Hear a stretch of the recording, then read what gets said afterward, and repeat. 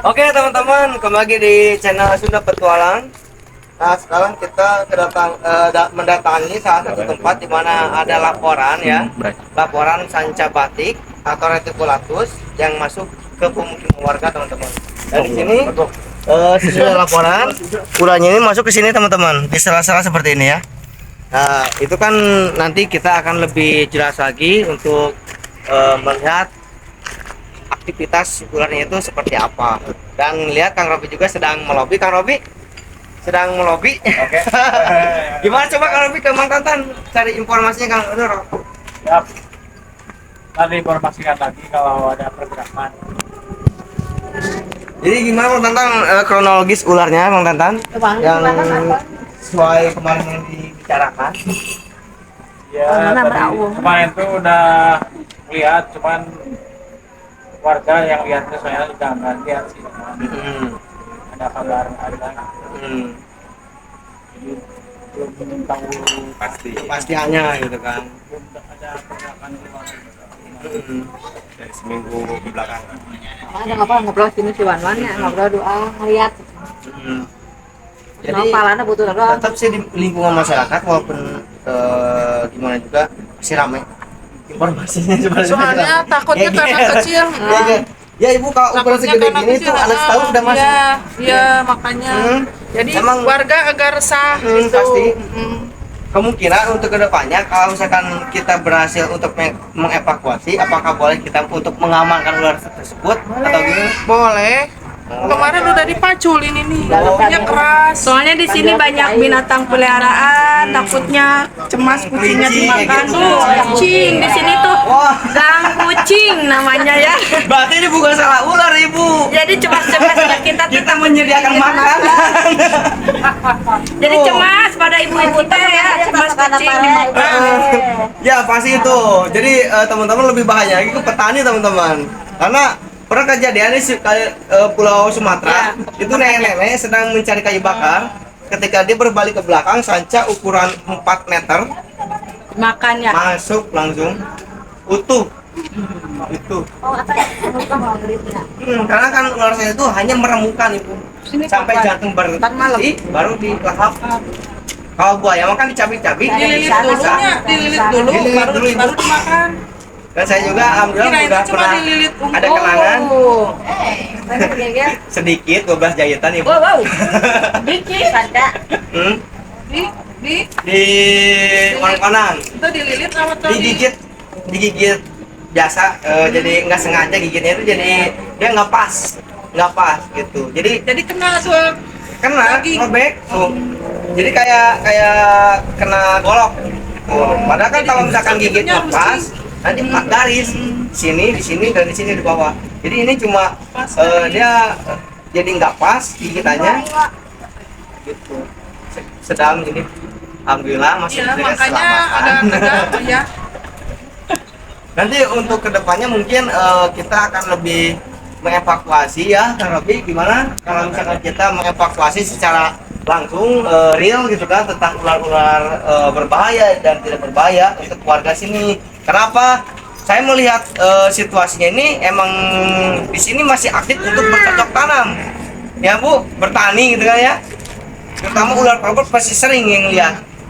Orang bedul. Karena kan si sarangnya mungkin di sana Kemarin di keganggu. belakang sana. Jadi mengganggu kan. Ngelihat waktu itu kobra gede banget. Ya pasti, karena kan mereka tuh di Kirain mau ular kayak sanca, di kaget. bolong-bolong tanah ibu tuh di galangan tuh, kalau bahasa Sunda kan galangan gitu kan, jalan sawah gitu kan. Makanya keganggu. Habitatnya keganggu jadi pada keluar. Nah itu jadi sebenarnya tuh 50-50 Bu. Mau menyalahkan satwanya itu kan nggak bisa juga, kita kan terlalu mengekspos alamnya juga gitu kan, eksploitasi gitu kan. Waktu dipertanyakan teman-teman, jadi banyak yang kehilangan hewan peliharaan. Tuh ada yang komplain yang punyanya teman-teman. Jadi emang bahaya banget ibu ya untuk ular sanca ini, emang nggak bisa dibiarkan sebenarnya, apalagi di lingkungan masyarakat gitu. Jadi makanya saya dengan rekan-rekan suatu saat akan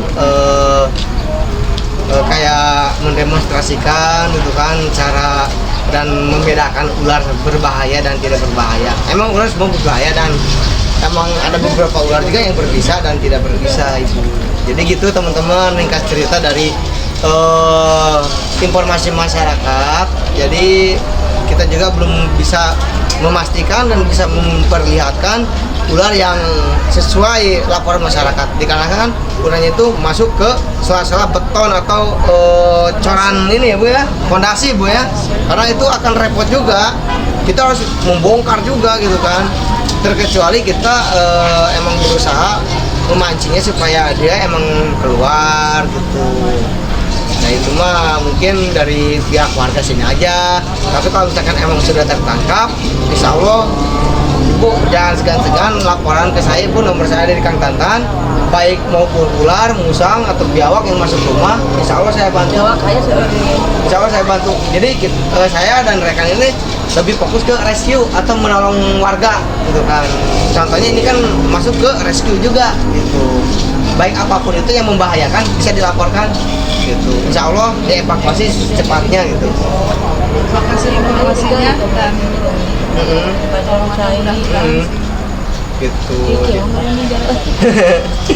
Jadi kita pernah ya untuk keluar hawa di orangnya kita pindah tempat tergantung kami tempatnya rawasen gitunya punya kami tempatnya enakeun nah soalnya yang lobangnya agak besar juga ibunya, jadi bingung saya kayak Ibu, ada kemungkinan nanya ininya itu kayaknya yang dirinya soalnya kan kami tembusana kemana mah insya Allah eta mah hanya sebatas pengliwatan gitu, kami di kebun tadi nanti di sawah eta mah insya Allah penglewatan atau hanya sebatas melintas itu mencari makan. Ada jawab juga Bu? Pasti karena kan banyak peternak ikan juga yang di sini Bu. Oh mantap teman-teman, ternyata di sini banyak kisah-kisahnya teman-teman. Oke. sampai ke anak-anaknya ya. Oke, buat Kang Salim boleh ke Kang Robi, Kang Salim mungkin ada leta sensor suhu panas. Jadi suhu Suhu panas. Sekarang gerakan kita tamatnya ibu ayah orang gitu. Etak teh ketaruhan etak teh nyambung kan kaki perut Pak. Konek langsung. Nah, gitu. Maka tukang usuk kalau disusukan mah geus biasa orang yang ngaliwat kana suku teh cicing kayak gitu. Namun dikit itu kan maco. kan orang itu tadi ngali Iya. jaga anu teh manehna sih Ternyata uangnya apa sih yang ningali teh? Ini teh emang bawaannya gitu. Tinggali, weh. Wah, ibu pengetahuannya lebih ininya.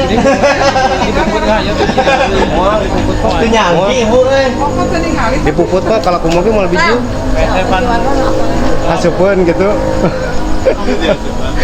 Di asupan tuh mau lebih jauh. lama. Emang ibu emang leres, jadi penglihatannya Das teh kontrol apa teh aya? hiji gila terbang Tadi mau ya final leta. di nu Final. acrecek. Ternyata apa nih?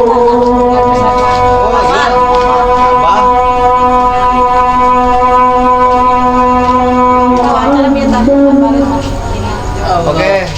Ini Lin. Oke. Oke teman-teman. Jadi saya kedatangan Abah.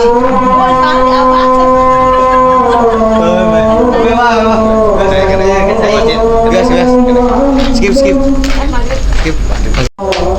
Oke teman-teman, sekian dulu ya informasi dari laporan masyarakat ya. Maaf kita nggak bisa memperlihatkan kalau dia hasil dari laporannya mungkin cukup untuk informasi seperti ini juga, dan saya juga mungkin sudah cukup untuk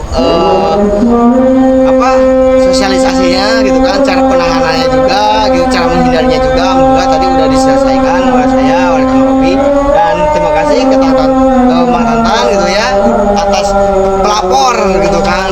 Mungkin nanti jangan suka-suka Mang Tantan kalau ada laporan biawak atau ular atau apa gitu yang masuk ke rumah, gak apa-apa, kontak aja kita langsung, kita pasti respon.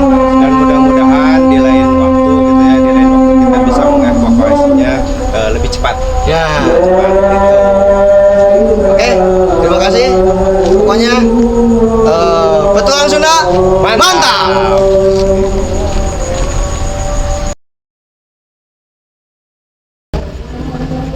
Halo sobat petualang Sunda, aduh Sampurasun nih di sini kita sore-sore nih lagi ngecek tempat, katanya nih info dari warga ada ular, ya, ular kaca.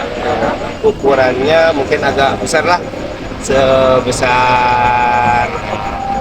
apa betis, panjangnya ukurannya kurang lebih 3 meter nih. Kalau dilihat dari tempat nih, ini kemungkinan nih mulai mungkin dari sini gitu semua karena masih banyak rumpun-rumpun nih seperti pohon-pohon besar atau misalkan ada pesawahan gini mau itu tentu ada.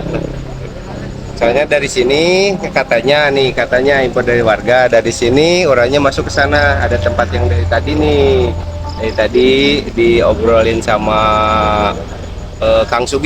Kang Sugi Saputra tentang ular gimananya gitu ya. Tentunya nantilah kita akan gimana caranya untuk bisa mengevakuasinya gitu, dengan cara apa gitu, nanti Kang Sugi lah yang lebih tahu untuk menerangkannya. Oke teman-teman, ikuti terus channel kami ya, Petualangan Sunda, mantap.